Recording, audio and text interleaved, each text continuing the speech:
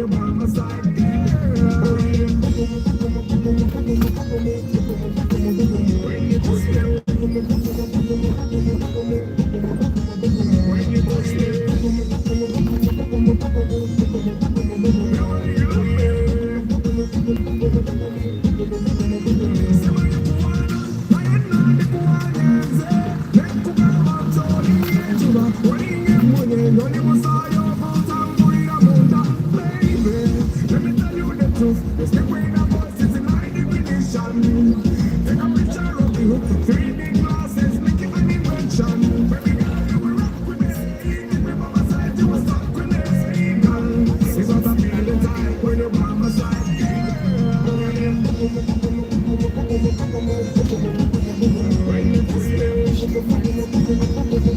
morning, my people.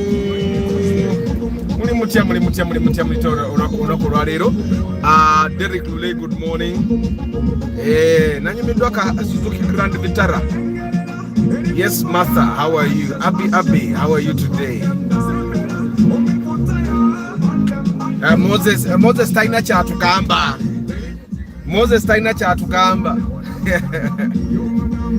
Good morning, Pade. Brian, good morning.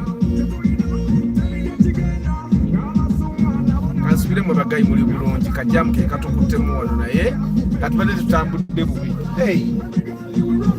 What should I do to make your life better? What should I do to make your life better?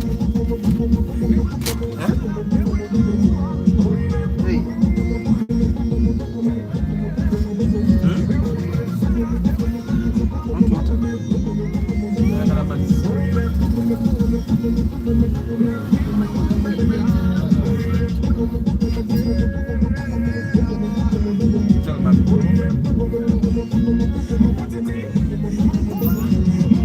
Good morning, James, Pius. Yeah, so today is Random Car Talk Thursday. And of course, now, you guys already know that I drove a 0 mileage car. But I know you guys here for the love of cars temuzimba mutima. Nature ronze mu moroke mpya papa. Whoa. 0 mileage moroka, new cars. But the Suzuki Grand Vitara 2023 is something else as well. The hybrid inerianda muto wano gwa passenger. Gamba najinyumidwa.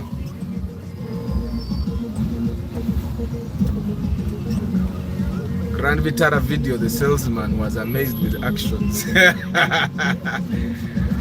Good morning, Herbert. Mujja kujira beyo Grand Vitara video. Elagiraga katobanzireko okuvuga motoka ki. Mayeze motoka eze mpyazo nazo na I want to drive them. But it's a nice car. It's a very comfy car. That car,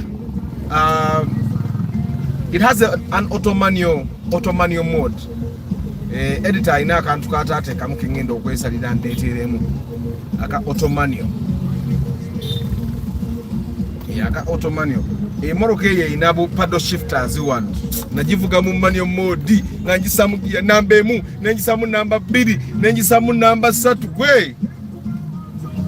Era kano kagundi kitwasembayo gula ka Subaru nako kaina auto manual mode. I think that's the one thing that I would want with the Subaru. Moroke yo nebo bovuga automatic, you can actually drive it like you're driving a manual. Yeah, so that's something that is amazing. Of course, some Toyota cars have it, like some Ractis have it. I've seen a Fielder with it. Yeah, so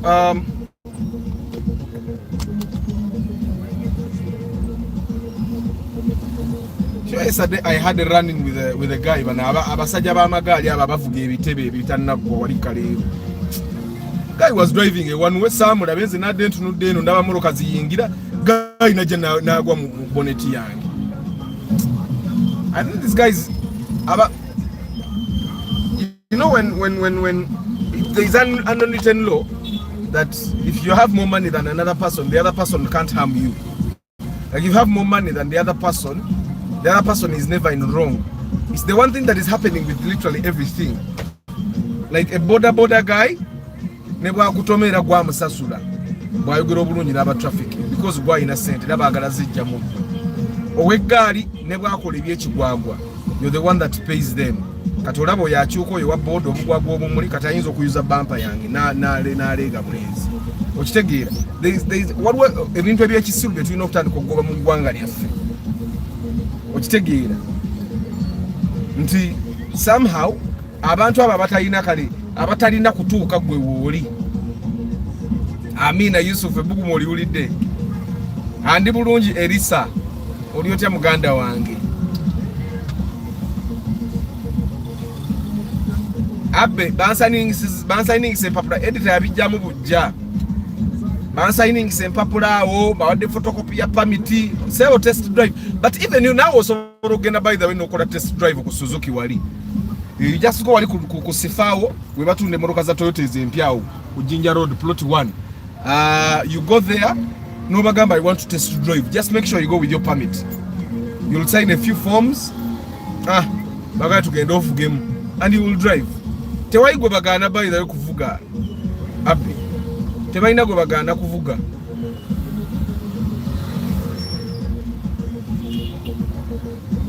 Nawe osobola okugenda n'ovugamu kati njagala genda bampe mu drone empya nvugemu. Bintu bya kujoga bujozi kudooga budoozi. Bintu bya kudooga. Yala genda vuga mu drone naye simanyi oba banagimpa oba balinawo sample eyoku manyi waliwo emmotoka ze batalinawo sample za kuvugamu ng'ogula buguzi. Baby girl you rock with me. Ajamuka wano kanyiza.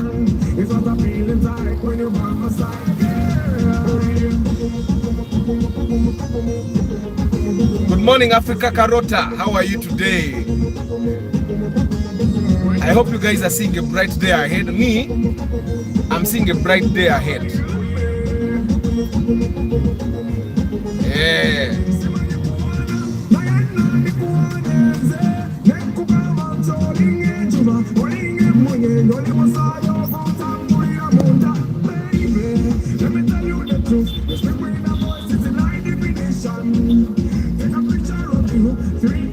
As a matter of fact, because of this unwritten law, ababoda bamala gavuga ebyekigwagwa omulabo eno one way. Yekakyogeza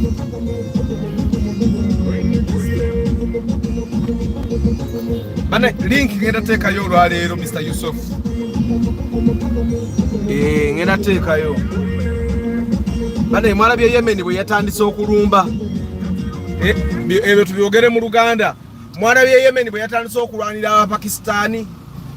Nze mpagira Yemen.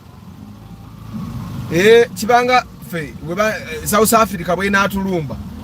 Rwanda netatulwanirirako. Rwanda ebe ino tulwanirira. Nze Yemen njiwagira. Nuwa kanjetegeeza. Eyo nuwa jembadde mabega teriyo mu US series ziri mu mpya. Za kajenuwa 29. Ezimu zirimu na valvematic motoka mbalagavu mu bonde eringa milioni 3.8 awo ana kala 3.5 kwana depending on which year you're buying.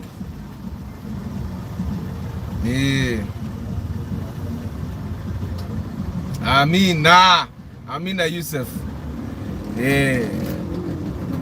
Akamotoka kana akandi maso kasiyenta simanyi lwaki bantu mwete mukagala. It's a nice car. Nesimanyi buzibu chubwe mukayinako. Isango mulabye akoyeti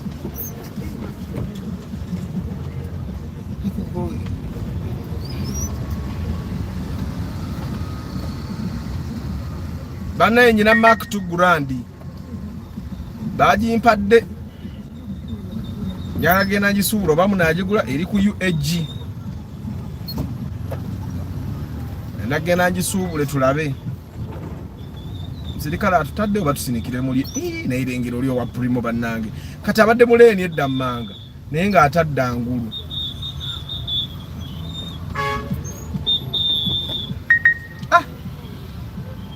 abantu amu b'emmotoka baziyigirawo bannange.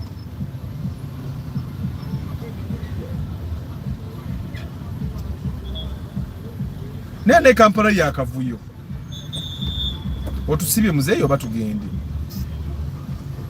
manyi mwena mwe temuli kiriya ffe katugende.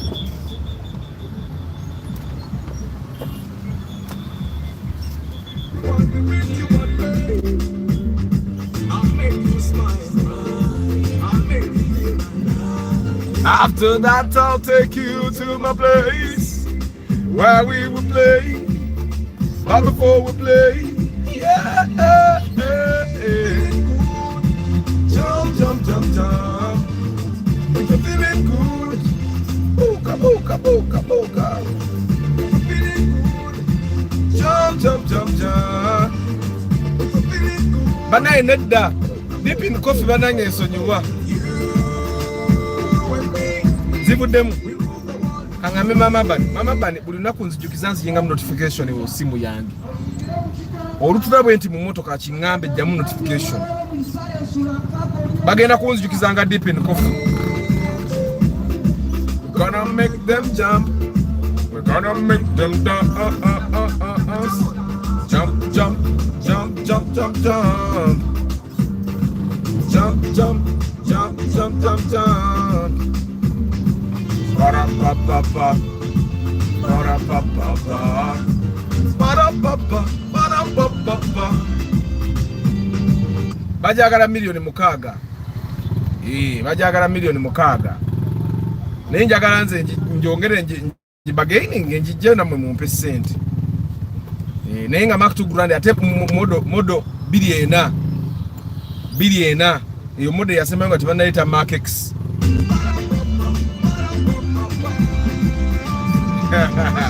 Waze sisi yo Suzuki.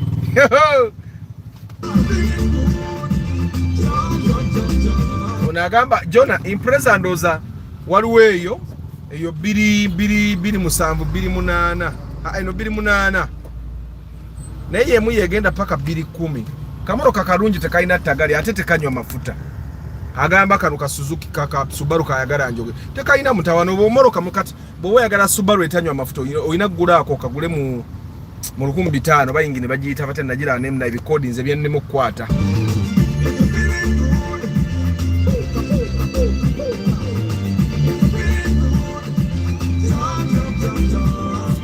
Jude checho economy ya feo kayetu iso nengeze moroka milioni 12 busente butono just tetubulina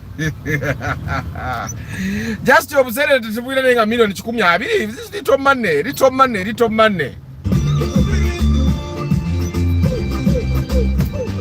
The jump dance.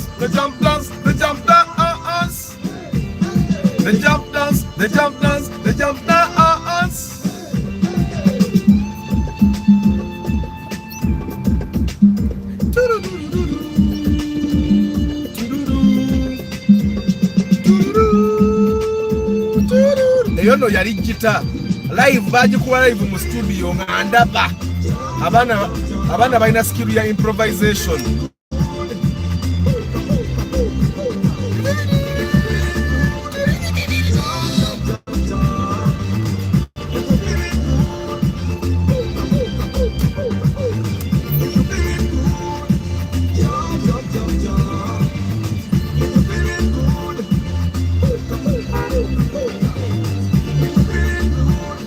Abadati ndo kusale kukuna babwasala asala bwa amaga tebakutomera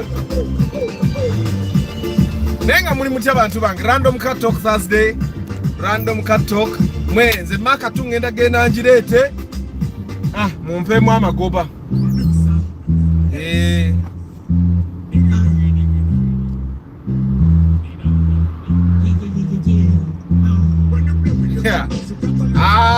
Deep in coffee bantu mwe mujogoro kuba nagambye abasuzuki mbaweke milioni 10 mbawe emitwala 5 buli mwezi kati mugendo rokakozanga kakodyo mutuwenge emitwala 5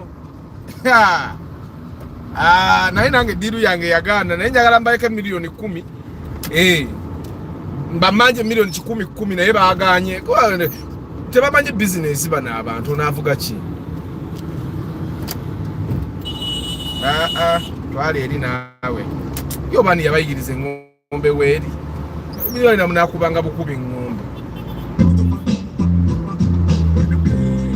and you never take it all serious because you were thinking you were a genius.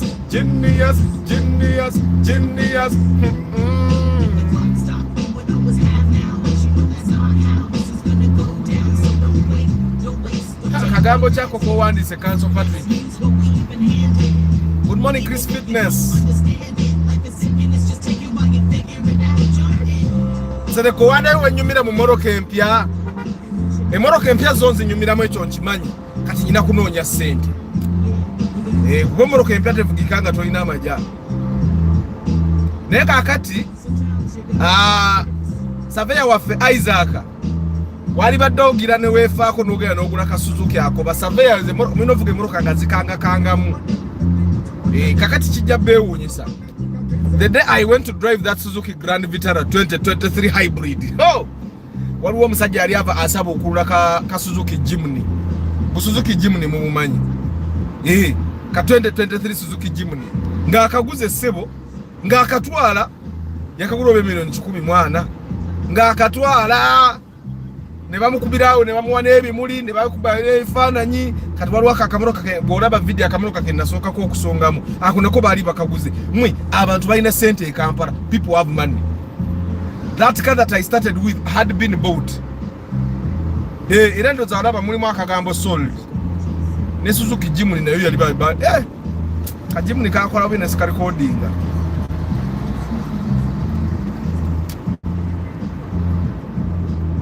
Kati mama nenenda tuvuge motoka ki mwe mama nerenda amanida musaba mutera vuga zino zimaka tumusota anti maka tumusota ina butu nene oteka omwe ebisente byo byogendo wola abantu sente zibereye mabega nene ekirala maka tugura teyasubira muntu kuba na sente nyingi era nzikira ne sebufu yavuganga nnyo maka tu ngakugwako ng'otunda ka spasio ko milioni 2 nagulawo butu nazijjamu nakuwa. Naye gwe ensi ekuba sebuufu ali mu kkomera. Sebuufu ali mu kkomera gwe kumanyi sebuufu ge balina ku payini wali oyinza okisubira nti ayinza okugenda mu kkomera. Emoroka eyagala kudduka nyesu esinga kijja beewuunyisa. This is 70 km/h. Naye mwe nkimanyi mulabanga emoroka etatambula. Naye kati ndizo 70 km/h n'ozivuga ku kikubo ky'ettaka. Sebuufu Simon Rock sebuufu yakuba omukazi yajja ne yeewola emoroka ku payini n'alwawo okusasula ne bamukuba ne bamutta. Famire y'omukazi nga nkambwe tolooza sebuufu tebamusaayo n'avaayo kawo briefly ne bamuzzaayo era kati gyali wana abantu waleese jjaamu eggulo olweggulo. Munange sebuufu bw'atyo n'agenda n'ase abeera mu kkomera ne kaakati akyaliyo. Racho nimbo ninza. Racho nimbo ninza. Racho nimbo ninza. Racho nimbo ninza. Girl, you're my number one. What's so good? Na kugamba ne kuli omwako gwagwa. You don't give a damn, you don't dare. Nemwe muli mutya random cat talk Thursday. Random cat talk. Buli kye twogera tukyogera olwaleero kasita kiba kya mmotoka naye mwe nyina ekintu kyendabye today morning tukole nnyo fe abavubuka tukole nnyo. Ngenze nensanga boda ebadde eri mu kkubo wakati nenkuba eŋŋombe. Omusaabaze abadde bano abasajja abakulu myaka 5 myaka 6 n'ayomba umutima gwange neŋŋamba mbutuufu tulina okukola ennyo tukole nnyo. Lwaki tukola nnyo?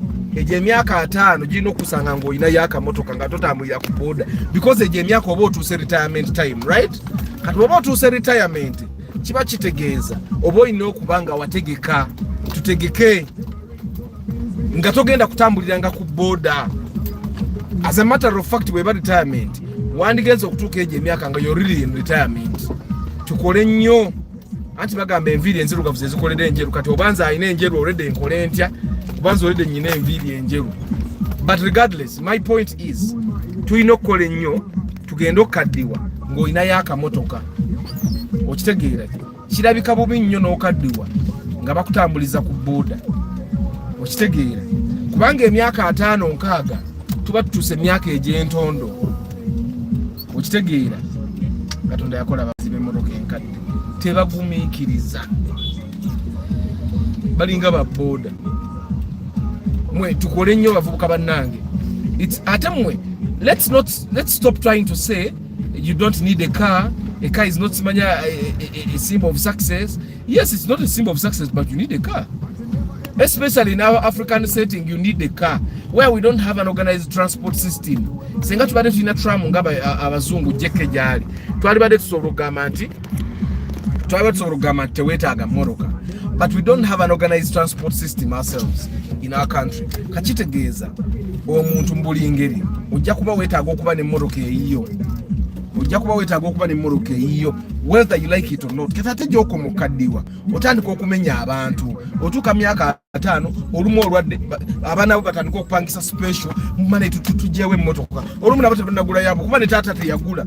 Ate one thing I've realized nti abasajja abakulu oba abazadde abakulu abo bwe baba tebalina mmoroka batandika okumakinga abaana baabwe okukkiriza nti emmoroka si kyakabi biki naye nga nabo bakimanyi nti emmoroka yeetaagisa okitegeera kati mu buli ngeri nze naalisabye oba naali advisinze banange bantu bange tukole nnyo ate kyali nyumye as you make 40 years make sure you have a car that is not going anywhere ng'obwavu ne bwe kuluma butya emmoroka eyo togejjaako kachitegeeza kati fa bali mu 30s this is the time for us to start making sure that we have a car that is not going anywhere.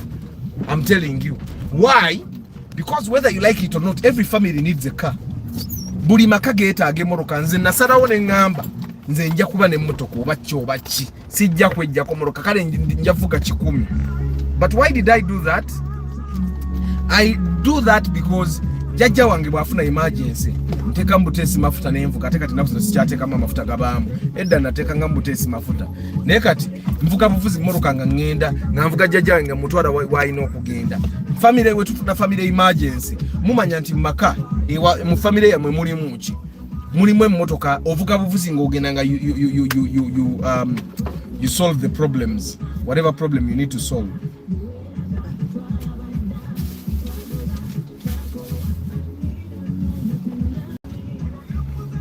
$30 million. Yes, Yusuf, $30 million osobola ofuna kawunde namu naye teweerondalonda nnyombo nnamba wajjukira emmoroka eri mu miliyoni 65 okitegeera emmoroka eri mu miliyoni 65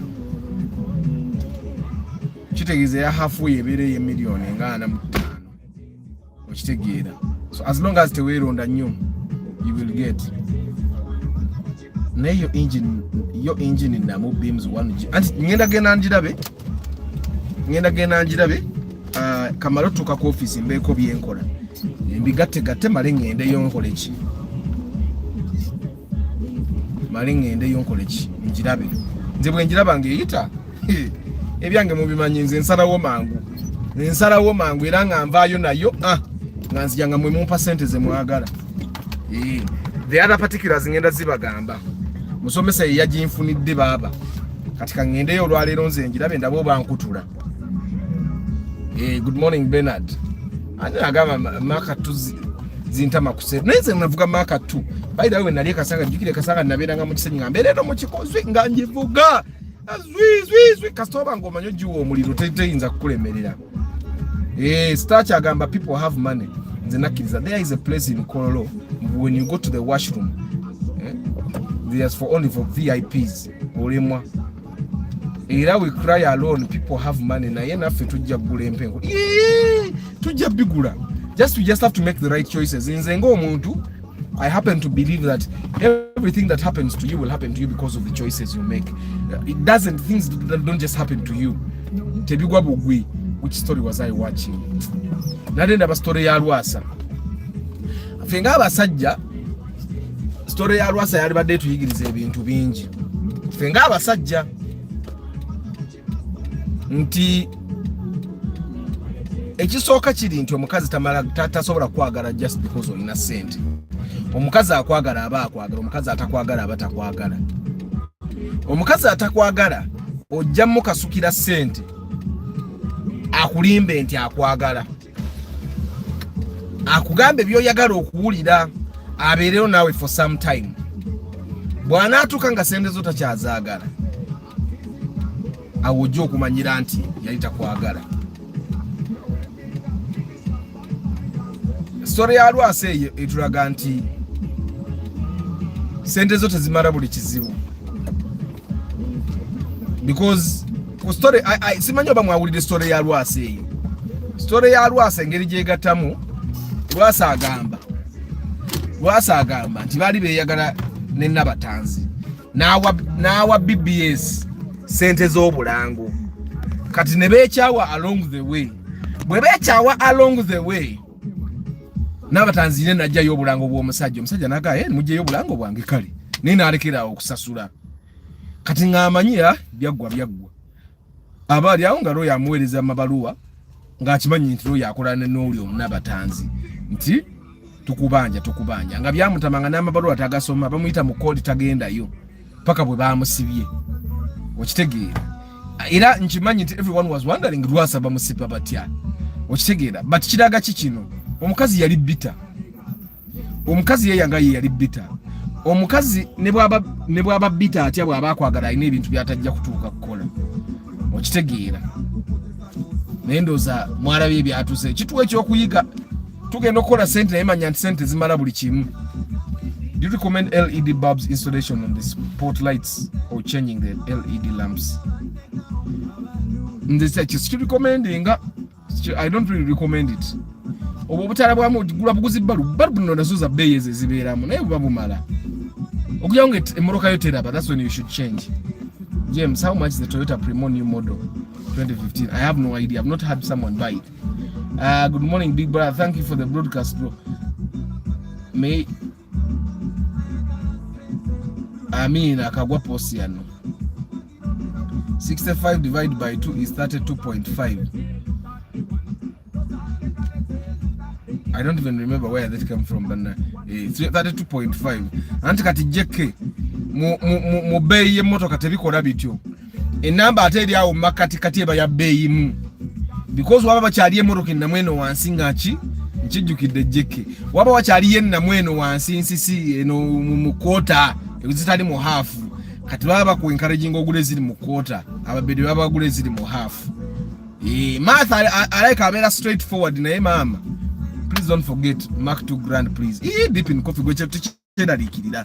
Jengenda kantuke ku office nkoleko byenkola katono numbe motoka njirabe. You guys, let's buy cars because they are sweet. Even if you drive it on Sunday, there is a way people respect you when you own it. Pado limutufu, it's always when there is a head on coming. After I really want to have a Subaru, either a Forester, but I saw Outback, it's also good. But I don't still yet Taka, which is better of daily drive.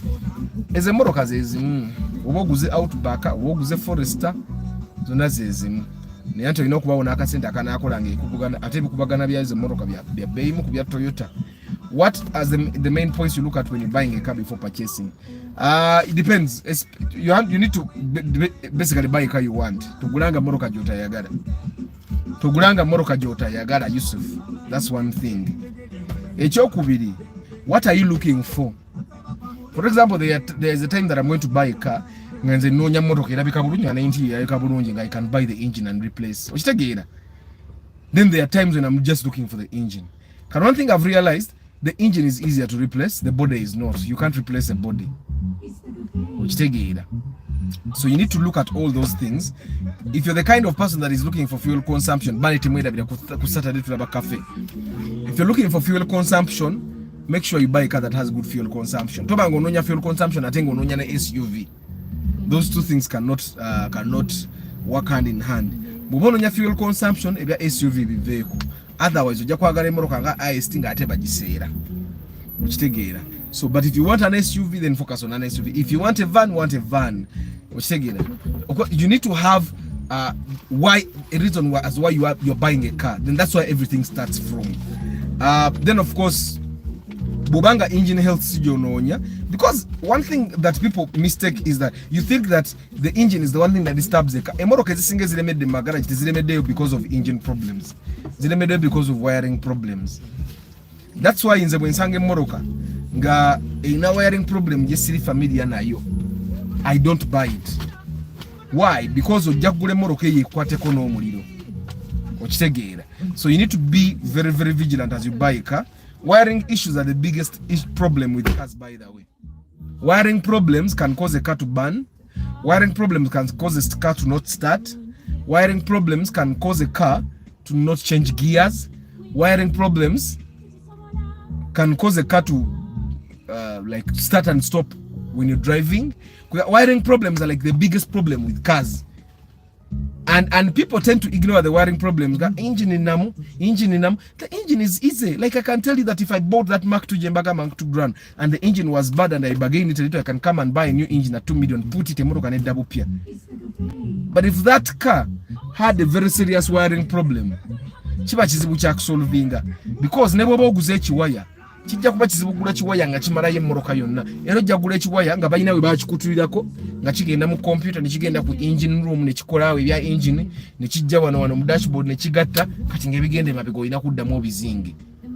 Kasitani tikalike nabayigamba ke bali bampitidde aka project ka nakatuukako. Naye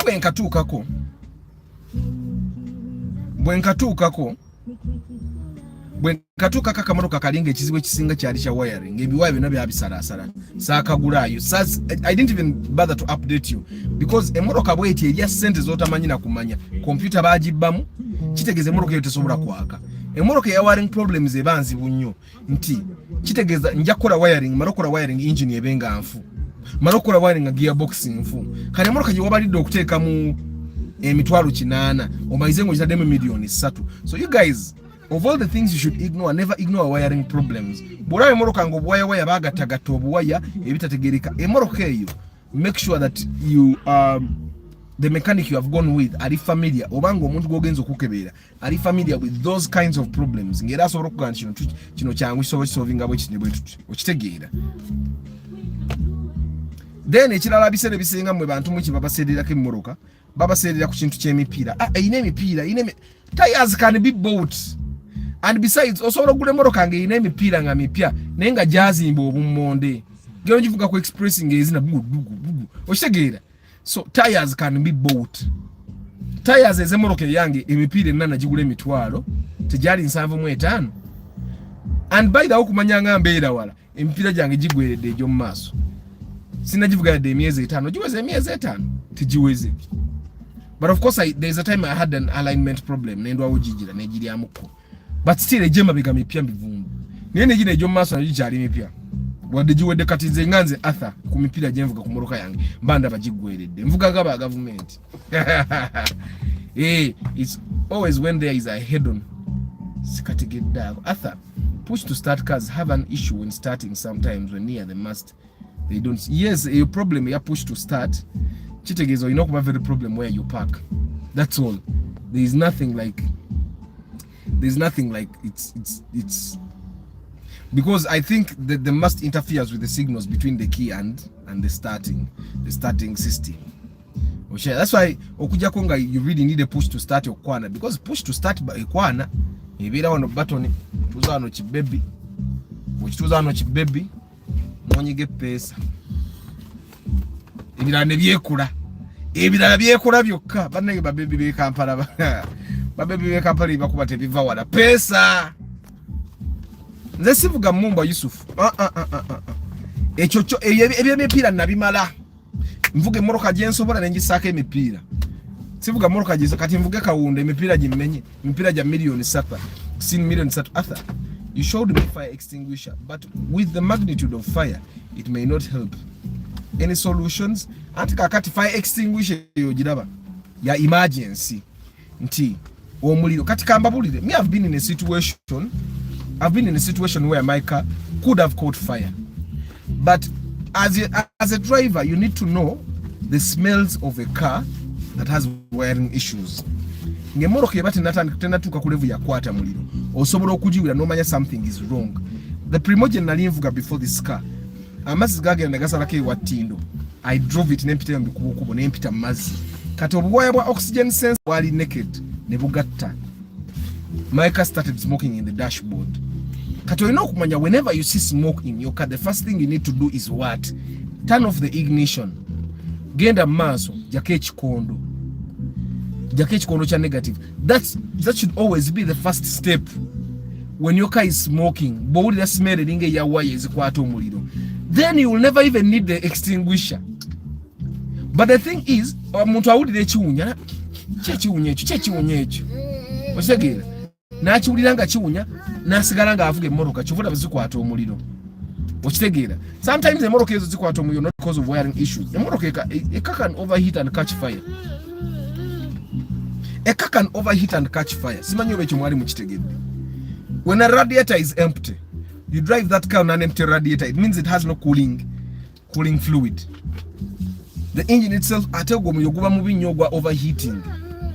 Mwira mu film moroka nekyamuka ne babikula bonnet ne fulumya omukaawo. Now that kind of overheating can turn into a fire. You don't want to get to that level. So at that level, a fire extinguisher may not help. But this fire extinguishers bazikolanga as an emergency. You don't wait for the fire to become massive for you to use it. It extinguishes the small flames. Katwalaba, so there's a Subaru that caught fire, ka UBA, mukajukira. It was an Impreza. That's Subaru. Now a fire of that magnitude, the extinguisher may not be able to help.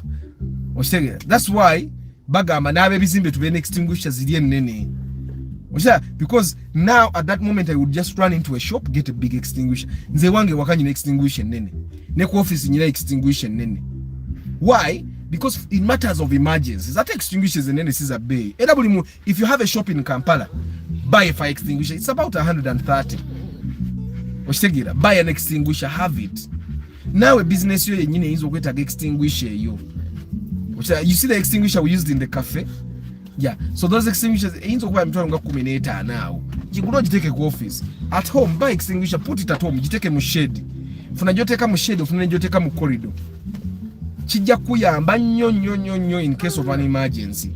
Okitegera. So such things, kati mwabali for the love of cars, why we bitombe mujo. Ragnar, what's up? Nothing. You're just good? You're going to chill? Are you tired? Why? It's morning. You don't get tired in the morning. And also there is a small kanakangi kaliwako. Tebabanga ka extinguisher kangi bakabbi. Wakatadde wangu olongosa. Ka extinguisher kangi. Kabeera wano. So those small extinguishers obuli mu taxi yourself, bwe mitwalo ebiri ekitunange kenina naye kange ngasika. Kaka. This one, it's about 25. So this extinguisher, like mine, expires in 2024. By Ragnar, it was made in 2019, so it expires. So before Feb 2025, I have to use this extinguisher. I have to find a place to use it, otherwise it will get to waste. But majority of the extinguishers in taxis are actually expired. So this thing has holes. You could actually just like put it somewhere up here and leave it there if you're not tall, or put it here. Maybe now. But me, I just choose to put it in the door there. One day. Yeah. So, but this is for emergencies. Like this is like how many grams? This is 500 grams. But there are some that are bigger than this. It's just that me, I bought it just to have it in here. I know that I may not need the extinguisher. Like Nze, I have an instinct. You spread directly in the fire. Chris Fitness. Not so. Echichibuzo sewa chinene Chris Fitness. Echichibuzo chinene. Do people know how to use extinguishers? Now when you ask that, no muntu amanyi na ye atana kokwebusa busa. Ngagamba nyinzo ba nange simanyi bakozesa extinguisher. Ukitegera. Like just spray and the fire goes out, right?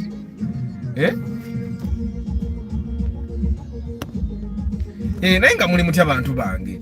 Video Grand Vitara yo mwagirabye. deep in coffee kangende ku office mbeko byenzirukanya katono olubimala bwenti nga numba ndaba Mark 2 Grand eyo bimala okujiraba bwenti ngenda jijjayo bweba nnungi ngenda jijjayo njirete namwe munyongere mu akasente bwe kyomanya zenjigula zonna onyongera mu sente ngenda kuba nonya highest bidder kubantu bakati esawe eno okufuna emmotoka kanso wa milioni 10 nga nnungi nga biliena kati ngenda musomesa ngenda mukubira ndagire bulungi emmotoka weri ngendeyo I inspect the car njirabe bweba nnungi nze njijjeyo ngenda kuba nonya highest bidder ani percentage zisinga obungi mu mmoroka eno yaginona ngenda ba minimum of course nti okoma ku zino sente. Talk about the Grand Vitara. I had a beautiful day eri mmoroka twavuganga SC mmoroka yali mu full tank naye kye nali kye bali betaaga okumpa bali betaaga mmoroka eyo okujimpa bajimpe mu wiki ze njevuge njitwaleke matuga njirabe off-road snow capabilities omanye ina snow mode botuke waserera oteka mu snow mode ebate kyase ina sport mode bino ntyo duka nnyo ogera weta amakona oteka mu sport mode then ina ne 4x4 yo 4x4 eyensozi biki kati atecho kyandaze nti emoroka zaffe zetuvugeza 4x4 tezina snow mode kati awate Grand Vitara wesingira ki Grand Vitara wesingire motoka zino endale za 4 wheels wali guzi ne ate n'ekirala kye nabadde ndowooza abantu bange omuntu gwalina milioni 8 lwaki oba tovuga mmoroka ya zero mileage ugenda balina ne mmoroka ze milioni 9 abantu ba Suzuki kubanga bw'olaba kali akammoroka kenasookako in the video akakamoroka kenasookako nangamba sobola kavugamu ako ka milioni 9 oba mu mmeka ate nga ndaba kati ekikuvuze mmoroka ogenda ovuga ekisaafu kiri kya milioni 8 ekikadde lwaki ate mwe ekintu ekiri kwaba abantu nti mmoroka olugigula bakuwa service ya myaka 2 era nze butaba na sente naye senga mvuga zero mileage nendo akubate kati zero mileage kati fabamu family zetuvaamu inzo vuga zero mileage ate kino ekikula bisabu bimbantu press aim squeeze at the base of the fire. Patrick nze basobola okumfuula ambassador sha nze basobola just kali akamoroka kabalagavu nendo mwe bantu mwe mwamfuula wa Toyota ambassador Toyota tepanga ku ya D10 choka munfude bajja kumpa na sente bajja kumpa sente bate baagala nyina eche nzikiriza muli mutima Toyota egenda kumpita empe yaka sente oba si checho bali psene bampa kasadeti ne bangamba genda okevuge tuweye milioni emwemu buli myezi 2 je mitwala 5 buli mwezi. Ata, is it true that when you have driven turbo car for long kilometers you have to first leave it on ignition? That's what I've heard. Nti turbo eino okuwola yokka era emmoroka za turbo ezisinga zina timers nti ogireko etokota n'oggala oyo yo ne yeezikiza yokka okitegeera. That's how the turbo functions. Ate no mwe bagaya njagala kutumya ingini ya turbo y'emmoroka yange njagala gula kuba nali njagala gulemo gearbox ya 6 speed ne bangamba gearbox ya 6 speed eyinza obutagenda ku mmoroka yange ku ingini yange kati ne bangamba the best thing to do is for me to import a full engine ngeliko ne gearbox ya 6 speed naye kati engine ejira kweyo eba ya turbo bagita 1NZT kati yengendo gula bangamba ya raisi si ya bei era ngenda kugitumya wano njireta naye kati odaba pisa abasubaru nga sina turbo kati mmoroka bwe nagiteekako turbo tebaakabe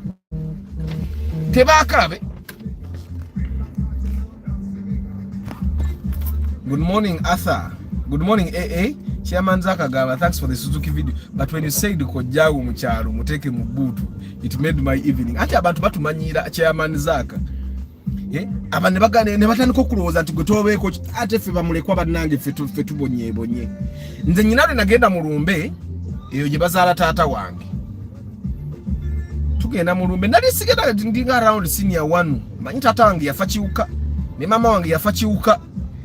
Kati tutuka mu lumbe nga tudde ndi jjajja wange yantwale manyi jjajja wange yankuzazaala mama wange. Side ya taata wange tebalina kiddako. Tebalina kiddako. Jjajja wange antwala tugenda mu lumbe kuba jjajja wange atalina gwe yasikireyo banga buvunanyizibwa ki katutuka mulumbe kyeyamaani zaaka bwe tutuuka mulumbe tuulaawo ku mukeeka jjajja mpita mbuuze basenga bange singa wange nantunda bambi kaakula twali tetumanyi tikanaakula. Do you know how that statement makes a kid feel? Bambi kaakula kale twali tetumanyi tikalikula. Mwe bagayi kati omuntu akuyisa bw'atyo bw'omutwala kuteeka mu bbuutu eyo statement nene nnyo mu maaso g'omwana omuto. Sijjukira na yagiŋŋamba naye yo sisobola kugyerabira nti omuntu yagiŋŋamba. Isaac kiriwo emmotoka zo zoonoonya yiyo ezo zoonoonya ezo naye kati eyo ogenda ogigula yiyo omusajja yasaako ne reverse camera nga gye ngenda oteeka ewange kati nga oyo bw'aba yasaako reverse camera lwaki nze sisaako reverse camera? Radio yange kyemanyi ejja wiiki ejja egenda kuba etuuse. Natumiza ne obid to scan mwabayina emmoloka ng'erese era code erese engine check ngenda kubamba kebererako ku mutwalo gumu temugenda kusasula mitwalo 3 oba 4. Gwe emmoloka ye bw'eba erina engine check ereta era code ekusumbwa ezikira natumiza obid to scan njaba scanningiranga ba for the love of cars ojja buzine tuteeka mu machine ne tuscanninga mutwalo gumu bwe nzimalayo sente za scan eyo ne zigwayo zinagiguze ngamba nga aba for the love of cars bakeberera ku bwereere.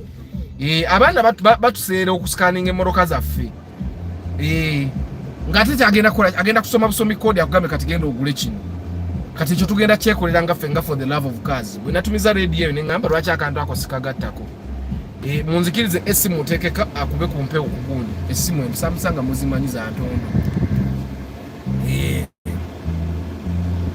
Tabo with time I should be given at least 15 minutes on idling to cool.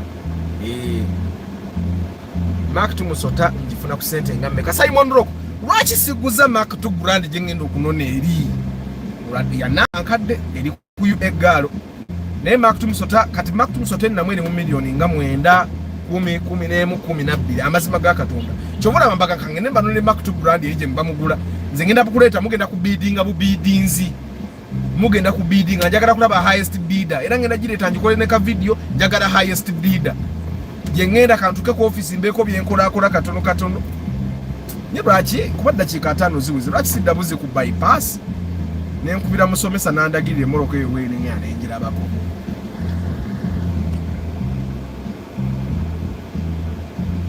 Tabo with that we ogambe without timer. Good morning Omega James Emmanuel Kabali, how are you? 15 million anti sinzira emmoloka gyo oyagala nyinza okugaba emmoloka zojja ofuna n'onyiiga bunyiizi.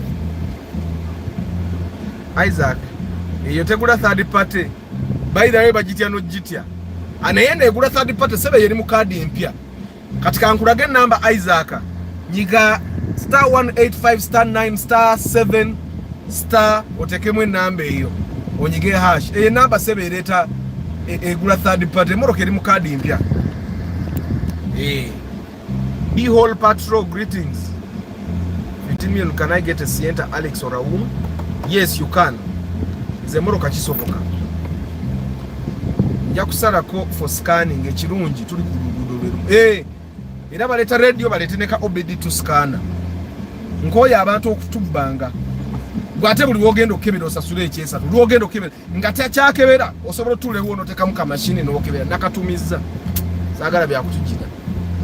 Arthur, wamma waliyo spaso ya bulletproof with an Android screen.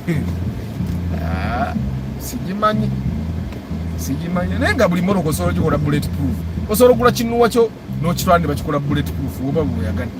Ne mu Africa waliyo ensi ezikola ebintu ebyo kuba bulletproof bagigatta mu gasi mubiri eno era yebeera tighter weight.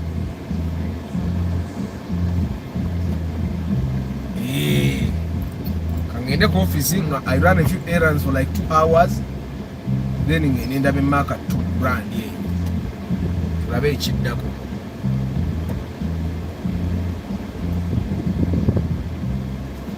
Uganda got a company now that amas cars those amukiraba Habert atugaye walone company kitegeza Habert nange nsoto na mukadde yange bagiteeka mu bagifula bulletproof.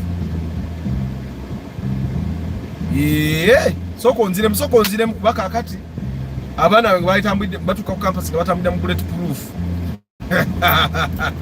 Mama wabyangaye nengo planning zimangu abantu banamana second oba planning la university mugamba leka abana bagenda ba plan the kid ata nonyeza echi motoka mpola kuba nafunye pajero nga tevuuma eringa nuwa naye empapula zammazeemu amaanyi empapula nezo zisobola okucheckinga out naye baba alina okusala kaseti ngera bwe nagambye naye Isaac lwaki tompa kusendeza pre-purchase inspection inendyako soko mperezeeko 10 mperezaako 10 naye dde ekirala Isaac okujja nga tosuubira ku upgrading at any time emmoroka enkyuse ya yingini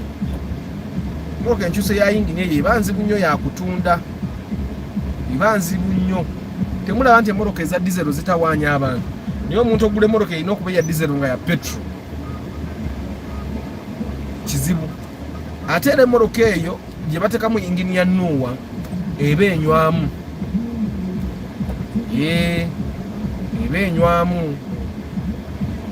eba enywamu ge mazima nayinako mukwano gwange yalina pajero short nga yagisaamu engine ya nuwa ekyagimutunza kwali kunywa bajjukira eri body eba y'amaanyi nuwa is a very light body kati bwe bagisaamu pajero is a heavy car kitegeera naye mmwe ono buluba gye yasema bigasiye buluba ebeera mu maaso mwetegerere buluba eri kulandi ku luuzi si buluba ezibeera mu maaso ku mmoloka ye yagissa mabega eyo buluba yebeera ya mu maaso tolaba ne bu spotlight ye yagissa mabega tayagala kusinika manyi. I'm okay, Gordon. How are you today? Do we have new Subarus in Uganda like Suzuki? We don't have a dealer for Subarus.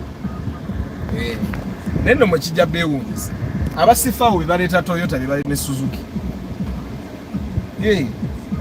Nenanga nachewunya etukawo nga showroom ya Toyota eri wane ya Suzuki eri walo oyita mbuyisi n'ogwa mu Toyota. Nengamba ba Toyota bali impadde kasente nganjo gedde Toyota bali ipsene ba kasente naye nga wa bali abantu bagumu ata arabika atera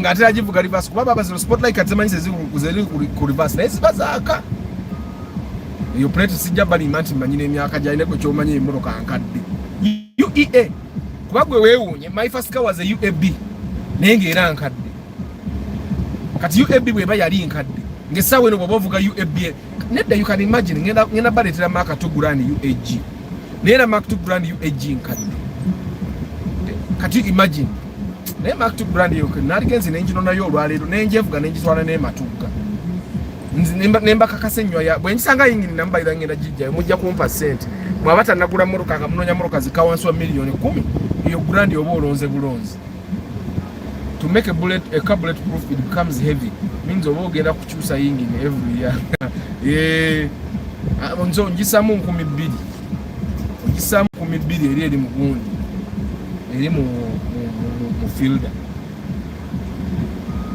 custom made buluba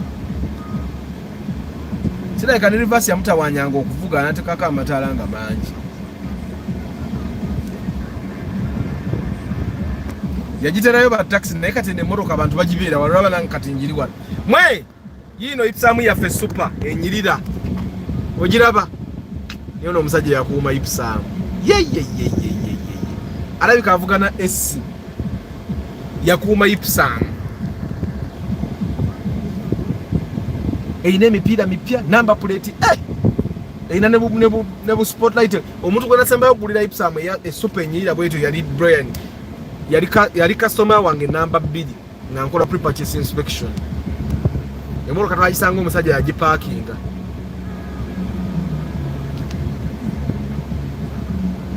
ata oba ogenda oba ngende mu tata bampeddabo cab pick up on lease mvugeyo free service free comprehensive insurance bobata anti naye lease ya mmeka ebintu bya lease ebyo nyino be exploring because from what I understand lease ya beyimu but bwoba oyagala kwewala maintenance okigula if lease was actually that cheap amasomero gali badde galizinga school buses nekiteeka okuba kiba kya bbeeyi kiteeka okuba kiba kya bbeeyi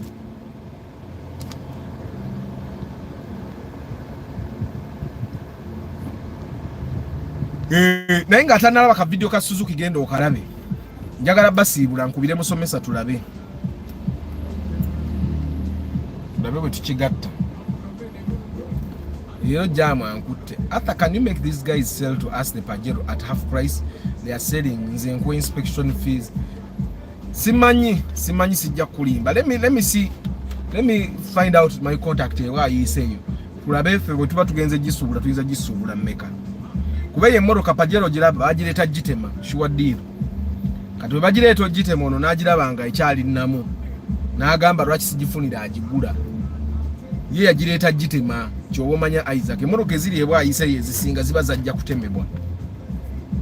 Okitegeera ziba zajja kutemebwa. Naye nga ate Isaac olaba kati emmotoka ng'eyo of course yagigwira gear n'agigwira engine n'agigwira computer ebirala n'abirekanga bwe biri. Kati the other thing would be for you to consider buying someone's Pajero nga ye yagiparking ate gy'obeera mirimu gye gy'okusaveeyinga kimanyi oziraba olinga emmotoka yamutawaanyaamu n'agiparkinga nga yingini enfu oba ng'emutawaanya gwe n'ogigula n'ojja n'ogula ebyo ebintu nga bwe mbigambye engine gearbox computer then n'ogula nezi mounting because mounting zikyukamu gwe n'okola emmotoka yo ne bagikola nga gwabikoze. So kitegeeza ne alteration n'empapula ziba tezijja kukutawaanya. Osooka n'ogikola transfer ng'eri mu mpapula zaayo entuufu okitegeera bw'omala n'okola alteration n'oteekamu yingini empya. Arthur, I want to give you a manual Golf 7 GTI sometime to test it so that you can gain some love for German cars. Brian nze wendi. Nze siga by the way ngamba abantu bangi njagala nzije testing ku mmotoka zammwe. Naye abantu be batagira nze sigaana. Nzije nji testing to documenting atofayo number plate tuzikweka. Ya Suzuki Grand Vitara banzikizo giraga because emmotoka ya test we ayagala okuvuga mu Suzuki Grand Vitara bogende emmotoka gye bajja okuvuge ate okuvuga mu kwa bwerere. What are some good budget car tire recommendations? Don't buy budget car tires, buy the right tires. Kampala wano bogenda ng'ovuga mmotoka ntono ng'eyange bulalingira onguge mazima n'abasajja batadde emipira ku mmotoka for a very long time batugamba ntando how are you bakugamba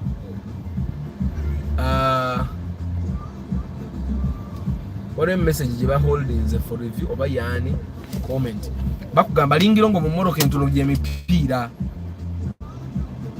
bakugamba kabere MRF ayabikata nakaddiwa okitegeera kyovula abantu abasinga MRF babana mupya kuba gwabika n'agula omulala. Ndi student ntando how are you?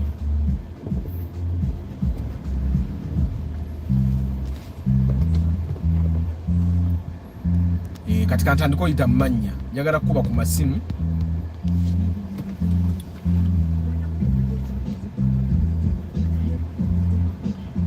Good morning Derek, thank you for being here. Martha, Abby, Pade, Brian, James, Pius, Habart, Yusuf, Elisa,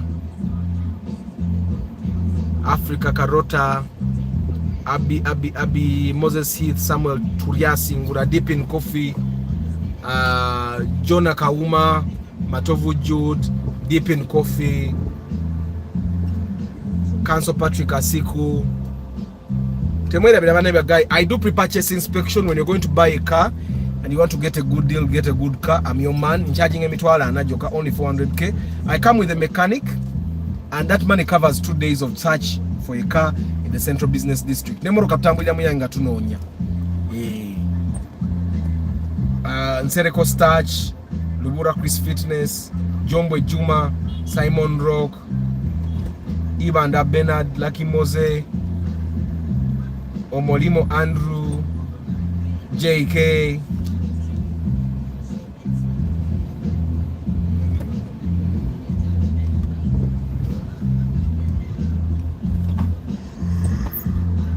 Talib Lusiba, Chairman Zach, AA, Mogalasi Joshua, Isaac, Taremwa Samuel, Emmanuel Kavale, the B-Hole Patrol, Major James,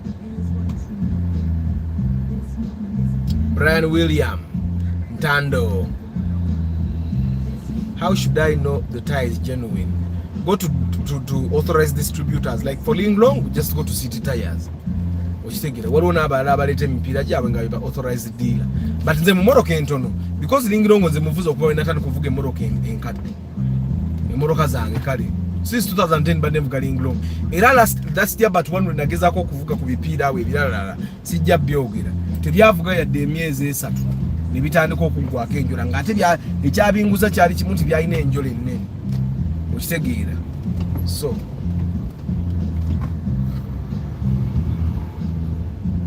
akawanga ka 1 AZ kayinza waka million 2. Senchindu John, have you tested? No. Sinnabaji testing amuko. Kubo mu China. Okuva mu China we yayingire. Kubo mu China yayingire emipira. Yeah. Ntando, how is South Africa? Mba namba some.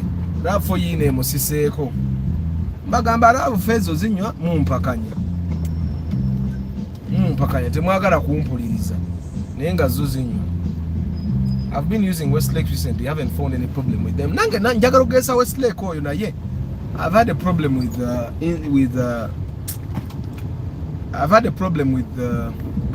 experimenting with those other new tires. Naye Westlake bangamba kizibu ki. Westlake waiwe yangamba ekizibu ki. Bwana namugamba Westlake Lingilongo nangamba athagula Lingilongo nga ate amazemi ogwo inatandika okuvuga emmotoka. Oyo musajja abadde ateeka mipiira ku mmotoka. Okitegeera. So I followed his advice because somewhere the chikumi sigamba nti yali agenda ogisaako or anything oba yali agenda ogingulira ngamba athagula Lingilongo. So abe Moroka entono. Of course boba obeera wala kati nga Arthur, you discover the goodness in tires. Naye boba obeera kumpi oyinza obutamanya kizibu kya mipiira. Naye kansubire muri steady bagayi bange. Random cut talk. Temwera gwatana video yange ya Suzuki. Gendo ogirabe jeri wali mu videos. Nagitadde yeggulu. Nanyumira ka Suzuki Grand Vitara 223.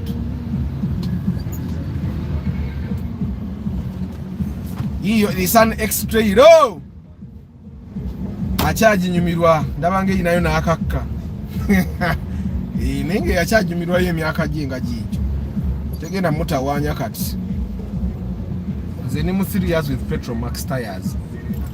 Omeja nze Petromax namuvuga yakola omwaka. Tegwawera navuga Petromax emyezi 3. Emyezi 3. Kati omeja James, what distance do you drive? Because ekyo nakyo kikulu. Ovuga distance kyo meja. What distance do you drive? Omuntu azunga ennyongo ovuga Moroka entono walivuze Lingilongo ge mazima. Omuntu azunga ennyo ababeera mu kibuga bavuge buli kipiira kye basanze.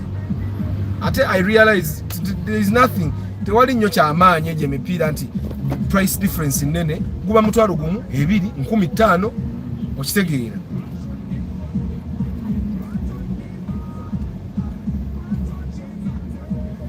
Ye MRF arabika bulungi ku Moroka ayina enjola naye omusajja ngamba MRF ayabikata naggwako. MRF ayabikata naggwako.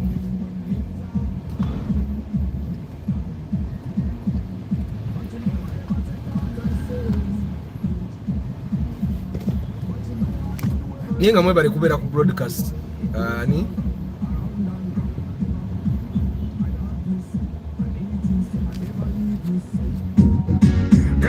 this every day, every night, that I really feel you, I can't deny. Give us a chance, you and I. Give us a chance, you and I.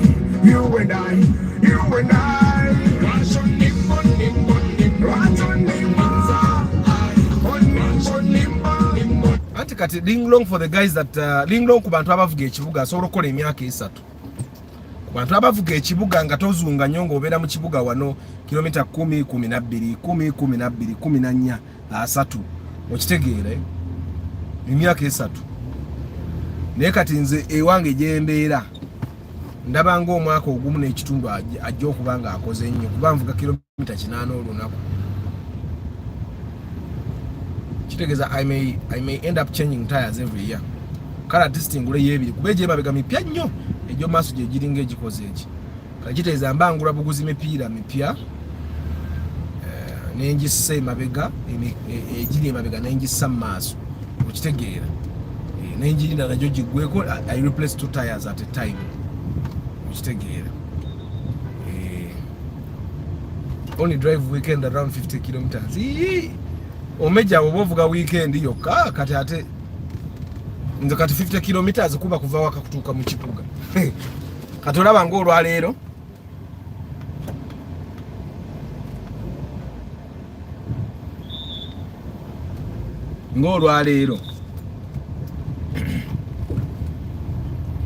ng'olwaleero sofa nakavuga kilomita 3 now okuva ewaka. Ate nga like 10 kilometers of that zibadde ku kkubo lya ttaka. Okitegeera. Kale teribadde lya ttaka totally naye kati ne Semuto Road naye omubala kkubo lya ttaka. So kati awo ndowooza omanya. After I want to talk to Isaac who deals in land. Hey, Deep in Coffee, inbox me kuwe namba ye. Naye na Isaac olina okumpa sente commission. Kuba abantu abakwagala for business kati nga beeyongedde.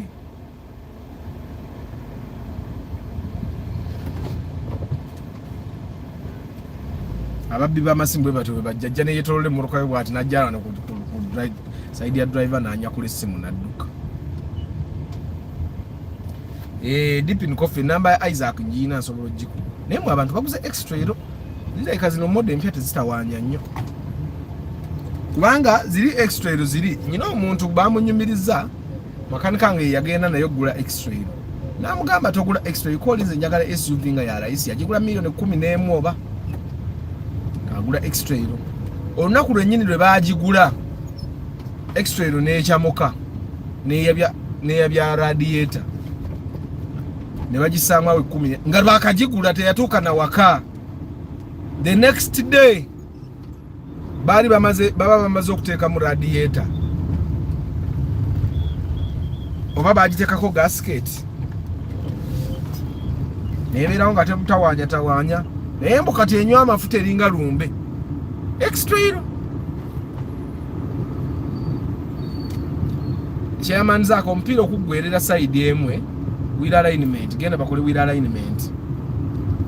Actually biseera ebisinga omupiira okuggwerera on even on 2 sides oba makati oba side emu wheel alignment just go and do wheel alignment.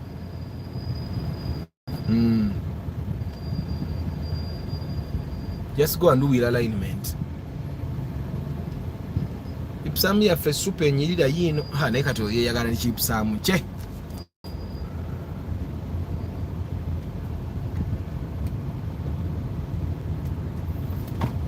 Yiyo Altiz enkadde wakati waliwo Altiz empya eno ye yasookawo.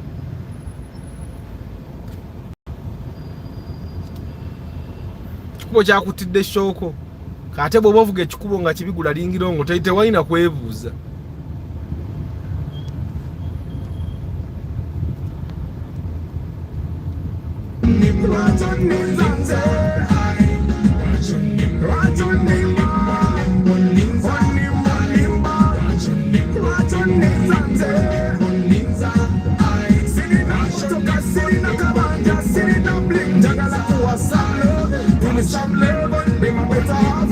I will never let you down, my girl.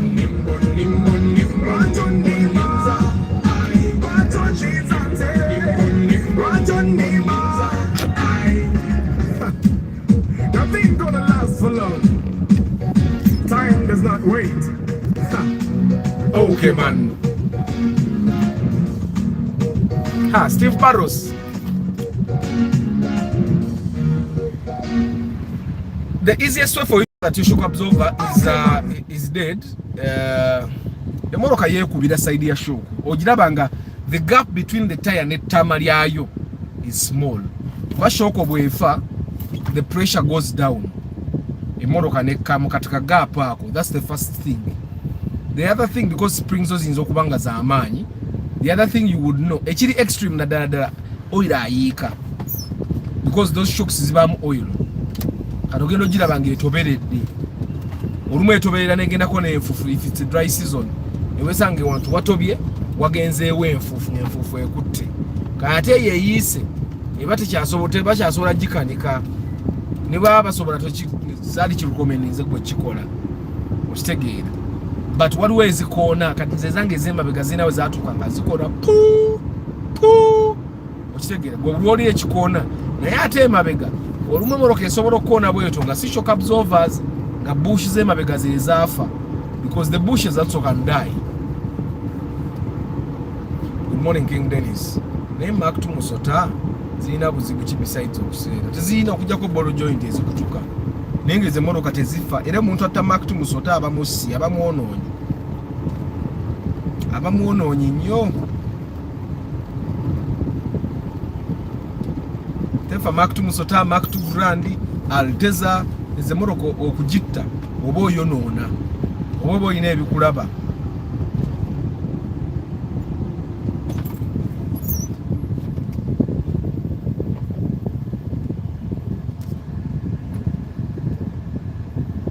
Hanaba, good morning. Mbadde comments girabye.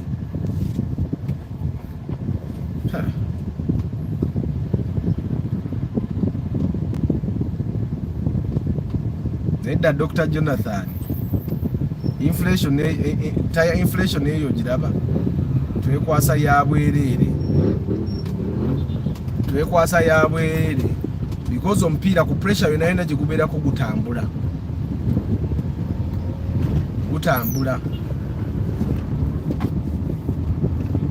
Tire under inflation over inflation. Over inflation esobola okugwereza omupiira mu makkati wokka, because oba oguinflated nga gugize nnyo. Then omupiira nga guli under inflated tegumalako side bbiri, gumala gonna kugenda kugwerera mpola.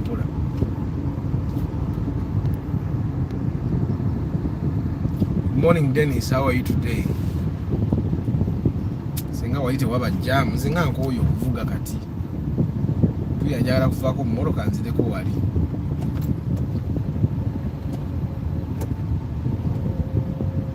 Omwana avuga eggaali wagisaamu zigiya. Naye eggaali nze navula akagaali ka giya gye kali kakatula n'emipiira kalinze ba Abba. Navuga akagaali okuva Matuga paka mu kibuga. Mu kuddayo nayagala n'okulinnya taxi akagaali bakasibe waggulu. Nga bitabuse.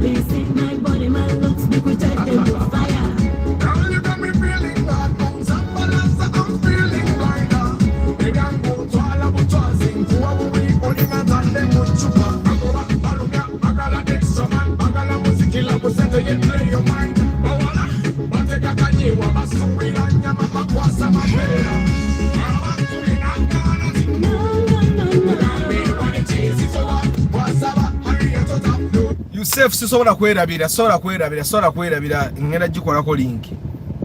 Then John agambe you did a review on the Subaru Cross Sport 2007 ngenda ginonya Forester 2014 ngenda ginonya njikoleko review.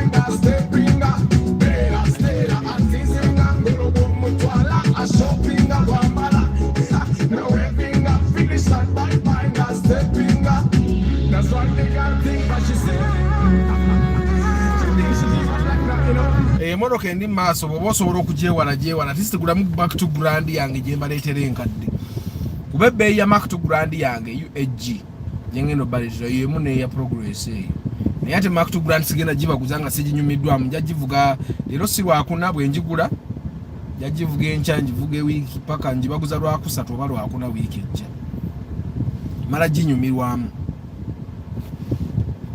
No, you tell her this. Tell her what it is every. Yeah.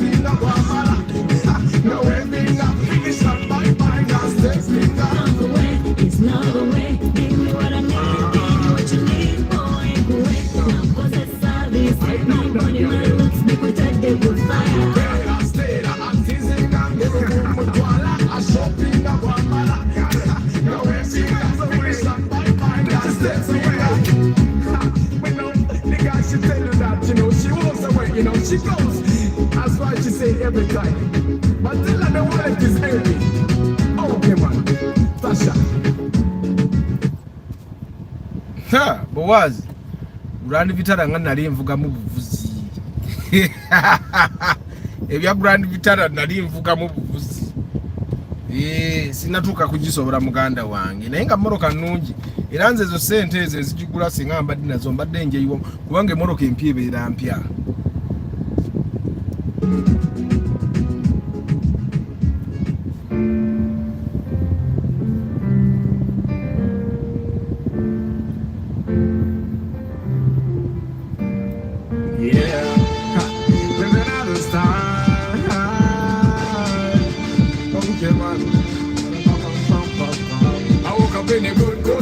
I don't know why, but I'm feeling so good, like I want the whole food. I'm not gonna put on a t-shirt today. Feel like a sweeter today. I make her smile, I make her laugh. I make her dance, I make her wine.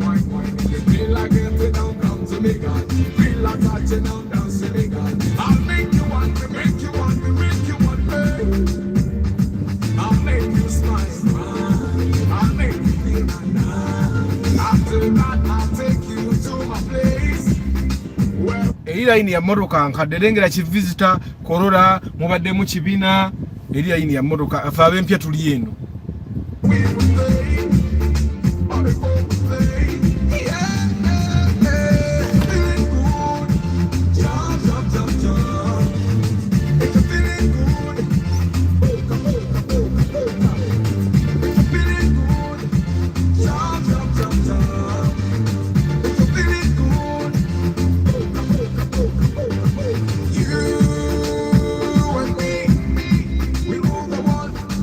By the way, bwe yagala ovuga mu Vitara genda ku Suzuki. Genda ku Suzuki weevugemu. Genda ku Suzuki wagaye bali mu mpende njagala kuvuga mu Vitara. Naye ogenda nga muguzi togenda bugenzi nga ayagala okuvugamu. Steve Barros eyo quality ja mu podcast ekwali tejengenda okuba nayo kivula mbadde bwemba sina budde saagala kola oyo waako oyo yajja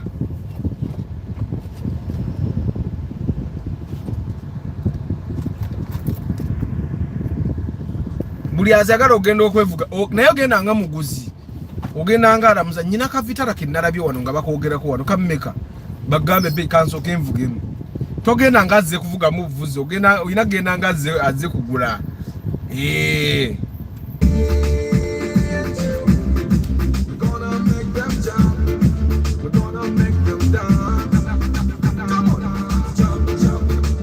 anti kati Bowazi, to be honest with you, nze sinza gula moroka nkadde nga waliwo empya eri mu price range yemu sisobola kati nze sinza gula moroka eriko kilomita 5,000 nga nsobola okugula eya zero mileage. Advantage eri mu gula moroka empya eri nti ene moroka ya Suzuki empya for example bakuwa service ya myaka 2 toda kyosasula ne oil togula filter otwala butazi moroka ne bakola service because jukire moroka yabwe eba ne warranty on parts for I think 100,000 kilometers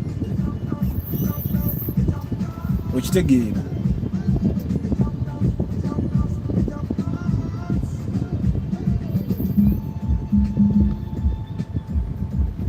nero line wadde line jendemu yaba motoka mpya naye bakapere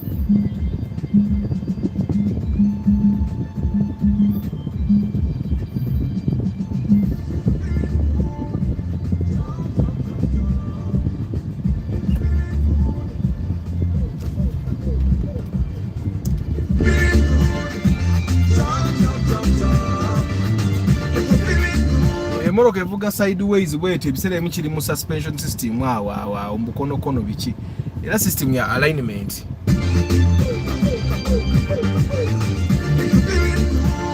hachi echo chenjiri Sulaiman ejane free service for 50,000 kilometers ngaba bakolera service. Good morning Arthur, I've seen okay how many kilometers do you get in a liter if you're driving the Kaungo or Alphard?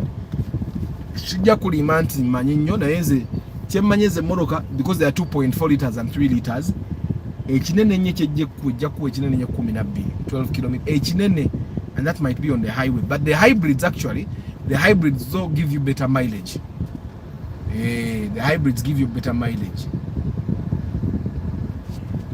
I've been off for a while watching the Suzuki Grand Vitara video. Ojirabye ezo video ezo bwezi tuzinjagala okoleza reviews zangu za equip oyo equip ya namulina wa sound wa kimatala ebyo mbirina byonna just budde bwebumbula era katono na piso ajagala ngene mvuge mu golf bwanzikizo ku recording nzija ne kuru kati nyina quality jenjaga utandi ko bawanga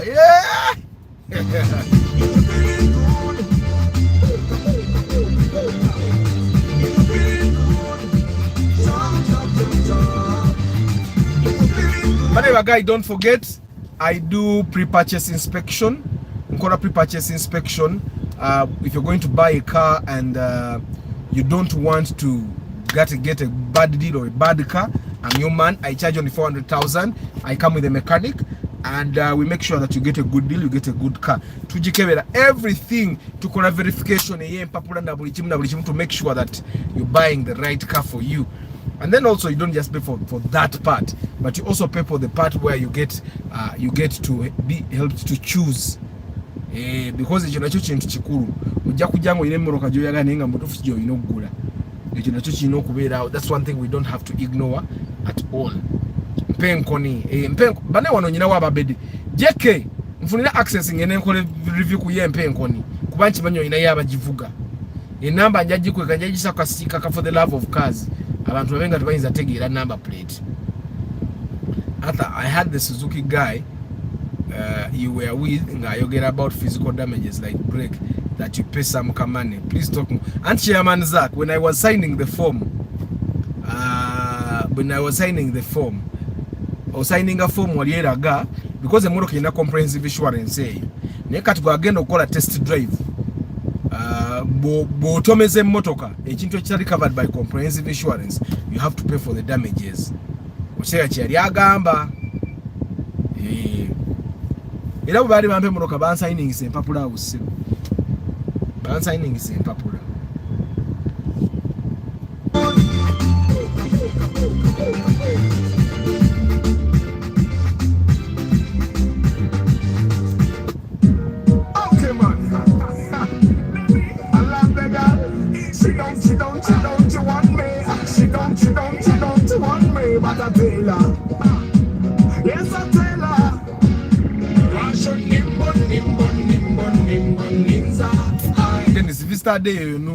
Omuntu gwe nasooka okulemerera okufunira emmotoka yali wa last n'amala ebbanga nga taguze emmotoka guno omwaka n'agenda n'agula Vista Day gye nali namulaga okitegeera naye nga wali yali agamba emmotoka mbi simanya njaga nange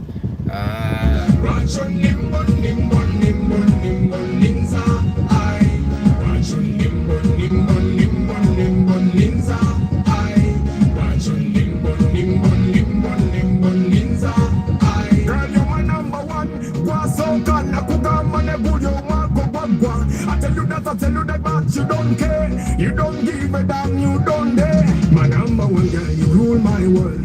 You took my heart, never a part, but you made me beg. You made me beg. Every time I come over, you made me beg. But why? Why? But why?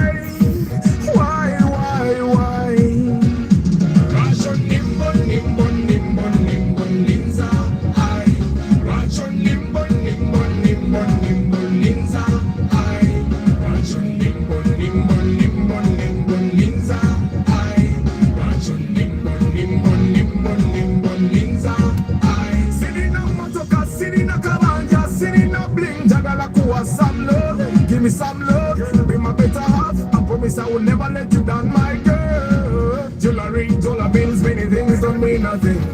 For as long as you got my heart. Jamu anyiza bannange. Kamba sibule bantu bange. Kamba sibule. Mbeka amasimu genkuba ate. May God bless you. Tomorrow is Question Friday. Don't forget to be there. Let me make a few phone calls now as I progress. Ciao.